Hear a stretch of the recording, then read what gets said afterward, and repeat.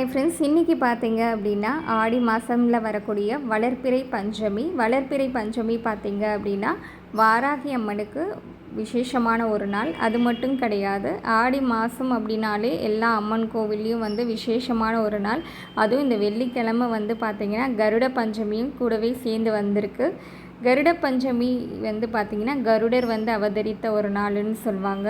இந்த நாளில் கருட வழிபாடு செஞ்சாங்க அப்படின்னா அவங்களுக்கு பிறக்க போகிற குழந்தை நல்ல பலசாலியாகவும் அறிவு நிறைஞ்ச குழந்தையாகவும் இருக்கும் அப்படின்னு சொல்லுவாங்க. அந்த நாள் இன்றைக்கி தான். இன்னொன்று பார்த்திங்க அப்படின்னா இந்த ஆடி மாதத்தில் வீட்டில் பசுமாட்டோடைய உருவப்படத்தையும் யானையோடைய உருவப்படத்தையும் வச்சு 5 அகல் விளக்குகளை ஏற்றி 3 தாமரைகளை வச்சு குங்குமத்தால் அர்ச்சனை பண்ணி வழிபாடு செய்வாங்க. இது எதுக்காக அப்படின்னா கணவர் நீண்ட ஆயுளோடையும் ஆரோக்கியத்தோடையும் இருக்கணும்னு சொல்லிட்டு வழிபாடு செய்வாங்க. அந்த நாளும் இன்றைக்கி தான்.